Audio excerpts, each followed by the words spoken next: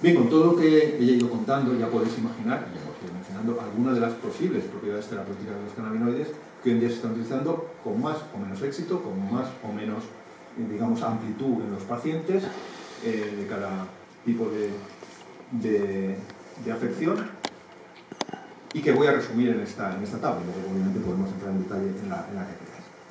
Hoy en día, aunque se están haciendo muchísimos estudios clínicos sobre los cannabinoides, existen dos campos donde yo creo que es claramente más relevante su utilización, donde es más real, donde es más presente y menos futuro. Bueno, futuro también habrá, pero que ya es presente, ya es realidad. Son distintos campos dentro de la neurología y de la oncología. Los pacientes neurológicos y oncológicos son claramente los más beneficiados hoy en día por la utilización de cannabinoides. En el terreno de la neurología, lo mejor establecido, sin duda, es la inhibición del dolor en distintos cuadros del dolor crónico neuropático, la inhibición de la espasticidad asociada a la esclerosis múltiple y la inhibición de las convulsiones en casos de epilepsias pediátricas refractarias a tratamientos convencionales. Y en el terreno de la oncología tenemos obviamente también esta enfermedad transversal, que es el dolor asociado al cáncer, la inhibición, como he mencionado antes, de náuseas y vómitos en quimioterapias endotógenas utilizadas en oncología, y la estimulación del apetito y la modulación de nuestro metabolismo hacia el anabolismo, hacia la biosíntesis a expensas del gasto energético. Y por tanto, esta es la otra aplicación terapéutica en casos de síndrome del gasto, anorexia, cachexia, en cáncer y otras enfermedades, digamos, de gasto. Estos son lo que mejor conocemos hoy en día. Todo esto lo podemos puntualizar, luego si queréis hablamos de algunas de ellas más en detalle, qué subpoblaciones de pacientes, porque no todo el mundo se beneficia de los cannabinoides, está claro, no todo el mundo tiene eficacia, no todo el mundo lo tolera bien. Generalmente, por los ensayos clínicos que se han hecho en los últimos 10 años, podemos estimar, sobre todo por las fases de enriquecimiento, donde se va introduciendo el cannabis poco a poco, los cannabinoides poco a poco, y luego nos quedamos con una población que tolera bien y en la que ya ha habido algún efecto previo, más o menos la mitad de los pacientes, por hacer una estimación así muy grosera, luego puede haber peculiaridades, pero en general más o menos la mitad de los pacientes en los estudios clínicos pasa esta fase de enriquecimiento, donde tenemos aproximadamente 4 semanas una buena tolerabilidad y cierto efecto ya en cuanto a actividad de los cannabinoides. La mitad sí, la mitad no, tenemos más o menos esos porcentajes, y muchos pacientes hoy en día se están aprovechando de las propiedades beneficiosas de los cannabinoides en estos tipos de indicaciones. Otras enfermedades, bueno, pues el cannabis también se está desbordando mucho, digamos, el optimismo, yo creo, muchas veces se vende como una panacea, como algo como la poción mágica del Brina Panoramis en los cuentos de Asterix, y obviamente eso no es cierto. El cannabis tiene sus limitaciones, como cualquier otro fármaco, tiene su balance entre eficacia y efectos secundarios, y en algunos casos funciona y en otros no, y dentro de cada indicación, pues luego en cada subpoblación de pacientes funciona o no funciona, mejor o peor en función de muchas variables. Pero sí, se están haciendo muchas otras investigaciones clínicas en el campo de los cannabinoides, y por destacaros algunas, pues algunas afecciones del sistema gastrointestinal, por ejemplo en la esteatosis hepática, en el colon irritable y otros síndromes de la inflamatoria intestinal, en el sistema musculoesquelético, sobre todo en la artritis reumatoide. Ya hay algunos estudios observacionales que son, dentro de las limitaciones de los estudios observacionales, pero son bastante positivos y que indican que probablemente en el futuro sí podamos tener buenos resultados en ensayos clínicos controlados. Y en el campo de la dermatología también hay bastantes estudios que indican que probablemente podamos tener medicación cannabinoide en el futuro en el mercado accesible a los pacientes, me refiero, no en términos estrictos, sino digamos como un arma más en nuestra farmacología. Digo probablemente porque todavía pues los he puesto aquí porque no tenemos todavía ningún estudio clínico controlado bueno, suficientemente robusto como para pasarlos aquí arriba, pero al menos sí que sepáis que en esos campos está también investigando. Bien, y ya para terminar, me gustaría hablar 5 minutos de algo que generalmente no se habla cuando se habla de propiedades terapéuticas de los cannabinoides, pero creo que es muy relevante para que entendáis un poco cómo ha sido la historia de la farmacología cannabinoide en términos de medicinas que se han ido, medicamentos que se han ido desarrollando a partir de estos compuestos, y cómo ha sido un recorrido curioso de, yo diría, ida y vuelta. Empezaron en los años 70 a purificar los compuestos, hacer estudios clínicos. Se ha seguido un desarrollo característico de la farmacología del siglo XX, del siglo XXI, es decir, determinar cuáles son los principios activos de una planta o de un producto natural, aislarlos, caracterizarlos, estandarizarlos, dárselos a los pacientes, estudiar sus balances de efectos deseados y no deseados en ensayos clínicos controlados. Algunos de ellos han llegado a la clínica, pero luego, como veréis, hemos tenido que dar marcha atrás. Entonces ha sido, por eso digo, un recorrido más o menos de ida y vuelta en 50 años que nos ha hecho aprender bastante acerca de estos compuestos, pero que, por desgracia, pues nos ha hecho volver, en cierto sentido, al punto de retorno y tener que empezar otra vez de cero a utilizar preparaciones más crudas, en esencia, frente a compuestos codificados. Bien, cuando Mechulam y sus colaboradores empezaron a caracterizar los cannabinoides de la planta, pues lógico, lo que os he comentado, lo que hicieron fue aislarlos, caracterizar su estructura química, descubrir y patentar y poner a disposición de otros investigadores los métodos de síntesis en laboratorio, aislar estos compuestos, hacer las buenas vías, buscar la vía de administración, estudiar las formas galénicas de administración, hacer estudios clínicos, llevar a cabo estudios clínicos hasta fases 3 y llevar compuestos a aprobación por agencias reguladoras. Y bueno, este recorrido duró como 15 años, como pasa para cualquier otro medicamento, de manera que en los años 80 se aprobaron los primeros medicamentos con cannabinoides en su composición. Estos medicamentos fueron aprobados por la FDA en Estados Unidos y luego se han ido aprobando por otras agencias, pero en principio fue la FDA la primera agencia que dio luz verde a 2 medicaciones con cannabis. Como digo, a mediados de los años 80. El primero de ellos, este fármaco, es el Marinol. Marinol no es otra cosa más que cápsulas del principio activo del cannabis. El THC, lógico, pues era el recorrido lógico que había que hacer. Y en segundo lugar, a partir de ahí se empezó también, en esa época, como os he dicho, a hacer química médica, y en segundo lugar se aprobó un derivado sintético del THC, también lógico, no es sorpresivo. La nabilona. La nabilona es un derivado muy parecido al THC, simplemente en vez de un grupo metilo tiene un grupo ceto, y en vez de 5 carbonos en esa colita tiene 7 carbonos, tiene un isoetilo, perdón. Muy parecido. De hecho, su actividad es simplemente 5 veces mayor, su potencia de acción es como 5 veces mayor que la del THC, no es muchísimo más, pero bueno, le daba al laboratorio pues, una propiedad también intelectual sobre la molécula, etc. Bien, estos compuestos pasaron ensayos clínicos como cualquier otro compuesto y para la FDA pues, dieron lugar a una prueba de que los cannabinoides se podían utilizar con seguridad y con eficacia. Y de hecho, estos compuestos fueron los que empezaron a dar un poco, digamos, de respetabilidad a los cannabinoides, que siempre se han considerado principios activos de una droga que vuelve loco, que hace psicóticos a los adolescentes, que tiene muchos efectos no deseados en su uso recreativo, pues sí que le empezaron a dar a los cannabinoides ya una respetabilidad dentro del estamento científico y del estamento clínico. Bueno, estos compuestos se aprobaron como antieméticos y como anticaquéxicos por la FDA y se empezaron a utilizar pues, en una cierta medida en aquellos años, finales de los años 80. ¿Qué ocurrió? Pues que estos compuestos, estos medicamentos, bueno, tenían su eficacia, pero se vio enseguida que no cubrían las necesidades de los pacientes de esas indicaciones. ¿Por qué? Pues sobre todo, como podéis imaginar, porque se trata de agonistas muy potentes, estimuladores muy potentes del receptor CB1, del receptor que está en nuestro sistema nervioso central, y por tanto sí, tenían eficacia, pero a un precio bastante elevado para la mayoría de los pacientes. Los pacientes los toleraban muy mal. Las ventanas terapéuticas eran muy estrechas. Cuando empezamos a subir las dosis de THC o de nabilona para empezar a tener efectos terapéuticamente relevantes, nos empezamos a encontrar con efectos secundarios también relevantes. Los pacientes en general no los toleraban bien. Muchos efectos psicóticos, cansancio, descoordinación, confusión, etcétera, etcétera. Bueno, pues, como os digo, estos compuestos sirvieron para lo que sirvieron, pero hoy en día su utilización es prácticamente nula en farmacología. Esto dio lugar a que en los años 90 las compañías farmacéuticas y los investigadores clínicos también se plantearan que había que cambiar la farmacología de los medicamentos cannabinoides.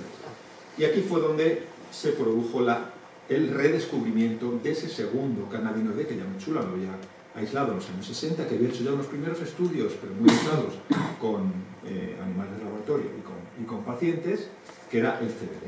El CBD una molécula que en principio se consideraba bastante inerte en el cannabis, se comenzó a ver que no solo no era inerte, sino que precisamente, como os he dicho antes, sus propiedades farmacológicas más interesantes eran las opuestas a los efectos no deseados del THC.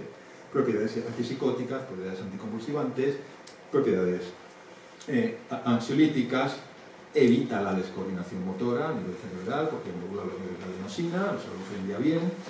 Bueno, pues los preparados con CBD son mucho mejor tolerados. El CBD es como un escudero de lujo que tiene el THC en la planta, porque le hace ser mucho mejor tolerado. Y de aquí surgió el medicamento más representativo de esta segunda oleada de medicamentos cannabinoides. Como veis, vamos ya a medicamentos más sucios, entre comillas, más de amplio espectro y más crudos con relación a la composición química. El Sativex, como sabéis, es la única medicación hoy en día aprobada por la EMA, en concreto por la Agencia Española del Medicamento, para utilización en clínica. La segunda generación ha sido aprobada también por FDA recientemente, en el caso del Etidolex, no el Sativex, por la EMA, por Canadá, por las autoridades sanitarias también, por organismos reguladores en Australia, Nueva Zelanda y en otros países. ¿Cuál es la ventaja del Sativex con respecto a estos dos medicamentos? Pues claramente que incorpora el CBD. También otros constituyentes de la planta, pero realmente hay muchos estudios preclínicos y algunos pequeños estudios clínicos que nos dicen que los efectos del Sativex se deben casi exclusivamente al THC y al CBD, más que a la participación de otros constituyentes de la planta. Bien, el CBD hace claramente mejor tolerable al Sativex que a las medicaciones anteriores. Pero, aunque se está dispensando bastante, y de hecho es el medicamento estrella del Minal, ha superado ya el Almax, incluso en venta, no lo he dicho, pero el Sativex lo preparó, lo generó una empresa farmacéutica que es inglesa, que es GW Pharma, pero vendió los derechos de comercialización al Minal en toda Europa, excepto Reino Unido, pero lleva Bayer, y al Minal os digo que es el medicamento que tiene más ventas, incluso más que el Almax. Pero aún así, muchos estudios de fase 4, muchos estudios también de comparación con preparaciones crudas de la planta, con otros tipos de preparados cannabinoides, y el Sativex sigue sin cubrir las necesidades de muchos pacientes, aunque es un arma que está ahí, es un medicamento que está para ser utilizado, obviamente, y tiene su nicho y tiene sus propiedades interesantes. Pero ¿cómo podemos mejorar todavía más el Sativex? Bien, el Sativex, como medicamento, tiene una composición química definida, lógica, y tiene un ratio 1:1 de THC y CBD. Este ratio nos hace que pues podamos aplicar con distintos tipos de indicaciones, pero es un ratio fijo. Y hoy en día sabemos que hay indicaciones para las cuales es mejor utilizar más CBD que THC y otras para las cuales es mejor utilizar más THC que CBD. Por ejemplo, en el dolor neuropático hay estudios que nos dicen que es mejor utilizar más THC que CBD.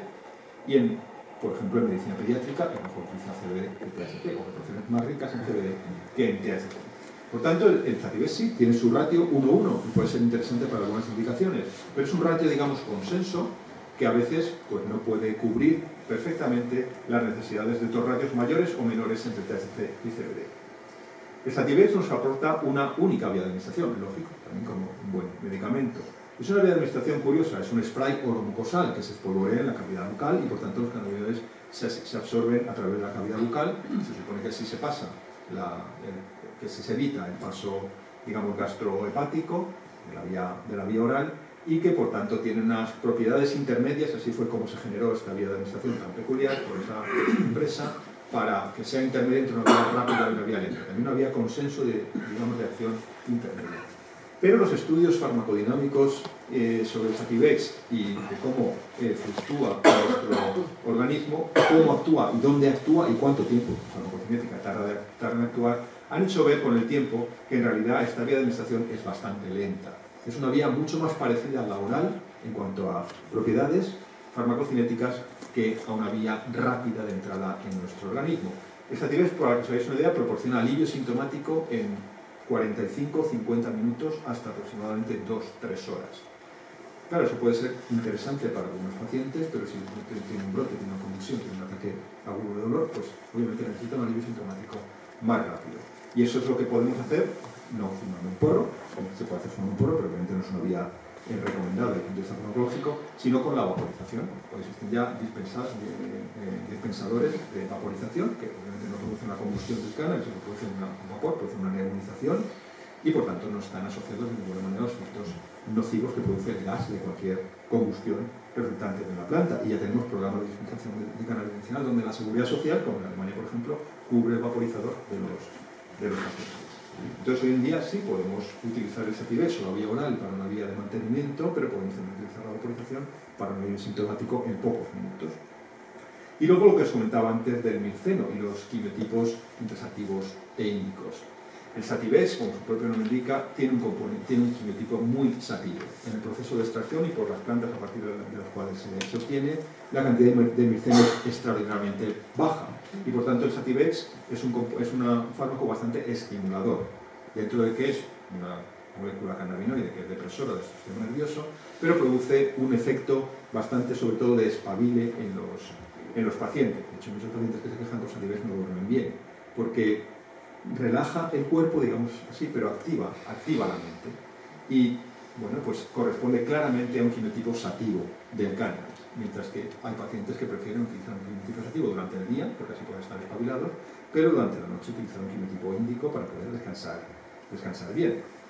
Bueno, y esto le añadiríamos obviamente el alto coste económico. Bueno, los tres primeros serían claramente cuestiones, digamos, científicas, la otra sería una cuestión sociosanitaria, que también es relevante, está claro, sobre todo en épocas de crisis, en sistemas de seguridad social que están un poco al borde de la quiebra, pero bueno, que también hay que tener en cuenta. Pero vamos, desde el punto de vista, digamos, científico, son esos tres puntos los que el Sativex hace que, pues, sea mejorable. Y aquí es donde hemos dado la vuelta ya al principio de la historia, casi a los milenios de utilización del cannabis. La tercera generación de preparación de cannabis han sido incluso de medicaciones que ya aprobadas también por agencias reguladoras, son de cannabis crudo, de preparaciones crudas de cannabis, donde tenemos THC, donde podemos tener CBD, donde podemos tener mirceno y donde podemos variar las vías de administración. Obviamente estas preparaciones no son medicamentos, en su gran mayoría, algunas sí, pero la mayoría no. Son preparaciones de grado nutracéutico, de grado suplemento alimentario, pero con características suficientemente adecuadas para el consumo, la seguridad y el consumo humano. Son difíciles, por tanto, de estandarizar, eso es evidente, pero son claramente más plásticas, son más fáciles de personalizar para distintos tipos de pacientes. Por lo que os comentaba antes, frente al Sativex, que tiene un único ratio de THC-CBD, podemos preparar distintos ratios de THC y CBD. Frente a una única vía de administración lenta, podemos tener vías rápidas, vaporización, o vías lentas, cualquier tipo de edible o incluso el propio Sativex. Frente a un quimiotipo más estimulador, tenemos posibilidad de tener quimiotipos más estimuladores o más sedantes, obviamente un coste económico bastante menor. Y aquí ha sido donde han surgido los programas gubernamentales de dispensación de cannabis medicinal. Programas controlados, programas con sustancias bien estandarizadas, como os digo, al menos de grado nutracéutico, y que han dado lugar a que países como Canadá, Israel o Alemania pues hayan implementado estos programas en beneficio del paciente. Muchas veces cuando se habla en los medios de comunicación parece que hay una disputa entre qué es lo que debemos utilizar para los pacientes, Sativex o cannabis. Y la disputa no es esa, la cuestión es clara y así lo han resuelto todos los países que han regulado el cannabis medicinal. La solución es Sativex y cannabis. El Sativex tiene obviamente su nicho de utilización, tiene sus propiedades y es un medicamento muy interesante en muchos tipos de pacientes, pero hay muchos pacientes que no toleran bien el Sativex o para los cuales el Sativex no tiene la eficacia o la rapidez de acción que debe tener el cannabis administrado por otras maneras. Y todos estos países han optado obviamente por eso, por tener el Sativex y por tener otras formas de acercarse al paciente para mejorar su estado de salud, sobre todo, como podéis imaginar, en pacientes de enfermedades muy debilitantes, de enfermedades crónicas, enfermedades en las cuales hay que utilizar muy distintos tipos de preparados o de medicamentos para tratarles, pacientes polimedicados, pacientes altamente debilitados y para los cuales el cannabis en muchos casos está siendo una solución paliativa muy relevante. Por ejemplo, en el programa que mejor estandarizado está en términos, digamos, farmacológicos de dispensación de cannabis medicinal, que es el programa de Israel, hoy en día en Israel tienen claramente tipificadas 13 preparaciones distintas de cannabis. Sería inviable encontrar 13 medicamentos hoy en día, con todo lo que supone ensayos clínicos de dinero, de coste, de tiempo, etc. Es inviable hoy en día tener 13 medicaciones, pero tenemos 13 preparados de grado nutracéutico que son perfectamente seguros para ser utilizados por los pacientes. Tenemos en Israel en concreto preparaciones ricas en THC, preparaciones ricas en CBD y preparaciones balanceadas en THC y CBD. 3.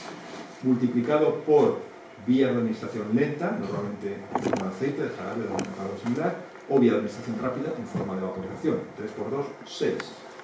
Todas ellas con quimiotipo más relajante o con quimiotipo más estimulador. 6 por 2, 12.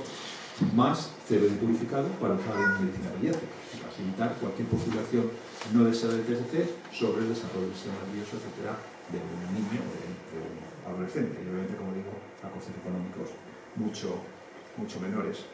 Entonces, estos programas se han ido haciendo poco a poco a lo largo de los últimos 15 años, en paralelo, obviamente, al desarrollo farmacológico de los cannabinoides.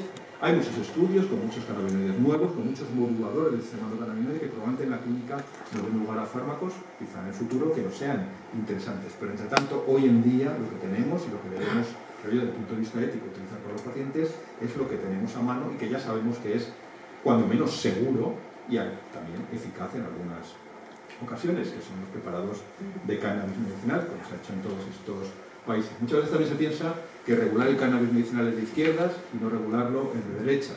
Puede haber un componente ideológico y, sobre todo, el cannabis recreativo, eso no cabe ninguna duda. Pero hablando de cannabis medicinal, yo creo que en otros países se ha superado esa dicotomía tan simplista de ser de izquierda o sobre derecha regular o no regular el cannabis. Porque en los 3 países, digamos, donde están mejor establecidos los programas de cannabis medicinal, es curioso que en los 3 casos han sido gobiernos de derecha, sino de ultraderecha, como el caso de Israel, los que han regulado el cannabis medicinal. En el año 2001 fue Canadá, Jean Chrétien, que era el Partido Conservador, fue el que implementó el programa de cannabis medicinal. En el año 2007, Israel, fue ni más ni menos que Ariel Sharon el que implementó el programa de cannabis medicinal. Y en el año 2015 fue Angela Merkel en Alemania, del Partido Conservador. Han sido personas o gobiernos que, bueno, han tenido su ideología, pero han sido capaces de ver que no es una dicotomía de derechas o izquierdas, es simplemente que hay un armamentario farmacológico que es claramente mejorable con los preparados de cannabis crudos frente a los fármacos que tenemos hoy en día aprobados, y que el paciente, sobre todo un paciente debilitado de enfermedades crónicas y en una situación muy delicada en su vida, pues se merece el mejor tratamiento posible. Luego, otros asuntos económicos, el Estado recauda, se reparte la riqueza un poco más, etcétera, etcétera, son otras cuestiones. Pero incluso desde el punto de vista clínico, desde el punto de vista científico, estos gobiernos han optado por unas razones que son de peso, y es que realmente el Sativex, como digo, y otros preparados tienen su nicho, pero tienen un nicho muy estrecho, y eso nos lo han demostrado los estudios clínicos, que no son ni de derechas ni de izquierdas, son estudios clínicos objetivos que nos dicen que la utilización de cannabinoides purificados o incluso de Sativex no responde a las necesidades de los pacientes, también como en general lo hacen todos estos preparados más plásticos y más personalizados de cannabis medicinal. Bueno, simplemente como mensaje así de muy resumen, pues hoy en día conocemos bien cómo actúan los cannabinoides en nuestro organismo. Esto da lugar pues, a sentar los pilares, que todavía tenemos que mejorar obviamente, pero que bueno, que ya podemos decir que el cannabis medicinal debería ser una realidad y no un mito simplemente. Muchos pacientes, sobre todo de enfermedades neurológicas oncológicas, están ya beneficiando en muchos países del mundo de la utilización de estos compuestos como tratamiento paliativo. Cierto, hay medicaciones estándar que son más eficaces que los cannabinoides, sería estúpido negarlo. Imaginaros para un paciente de cáncer, pues podemos tener un cetrón para el control de los náuseas y vómitos, podemos tener un esteroide para el control de la caquexia, podemos tener una benzodiazepina para el control de la ansiedad, podemos tener un opioide para el control del dolor. Pero, obviamente, en farmacología no todo es eficacia, y sobre todo en pacientes, como digo, altamente debilitados y siendo tratados en estas enfermedades tan complejas. Y allí sí que el balance entre eficacia y seguridad es altamente relevante.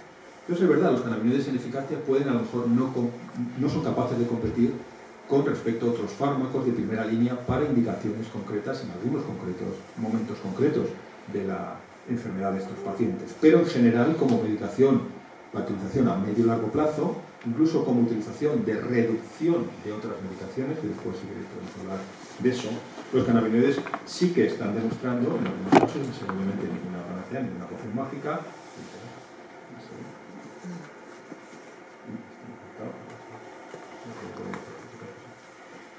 pues sí que pueden ser utilizados por estos pacientes.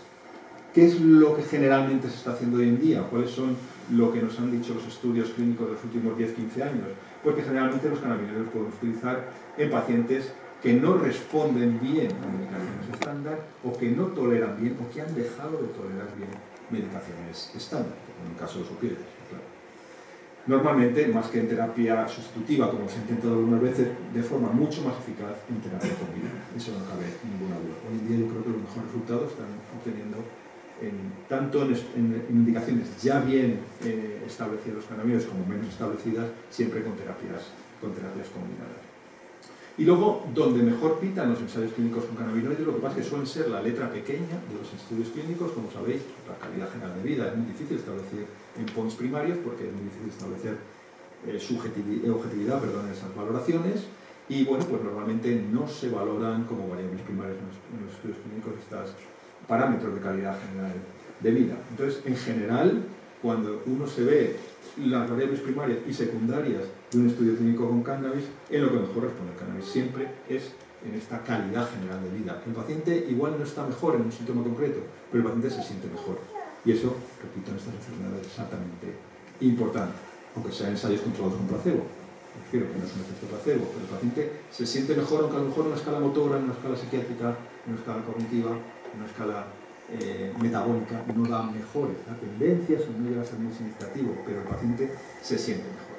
Y en este sentido, tenemos a nuestro alcance un medicamento, por lo menos preparaciones estandarizadas de una planta, con un grado de suplemento alimentario, que nos producen de una sola, digamos, con una sola medicación, varios efectos terapéuticos. Efectos terapéuticos que a lo mejor por sí solo, cada uno, como digo, no puede competir en eficacia con otras medicaciones. Un efecto de mejor conciliación del sueño, un efecto ansiolítico, un efecto antidepresivo, un efecto de mejor estado de ánimo, un efecto orexigénico, un efecto anticaréxico, un efecto anabólico, un efecto analgésico. Pero si todo eso lo sumamos en un paciente altamente debilitado, nos da claramente una mejor calidad general de vida que es altamente relevante para estos pacientes. Bueno, pues eso es todo lo que voy a contaros.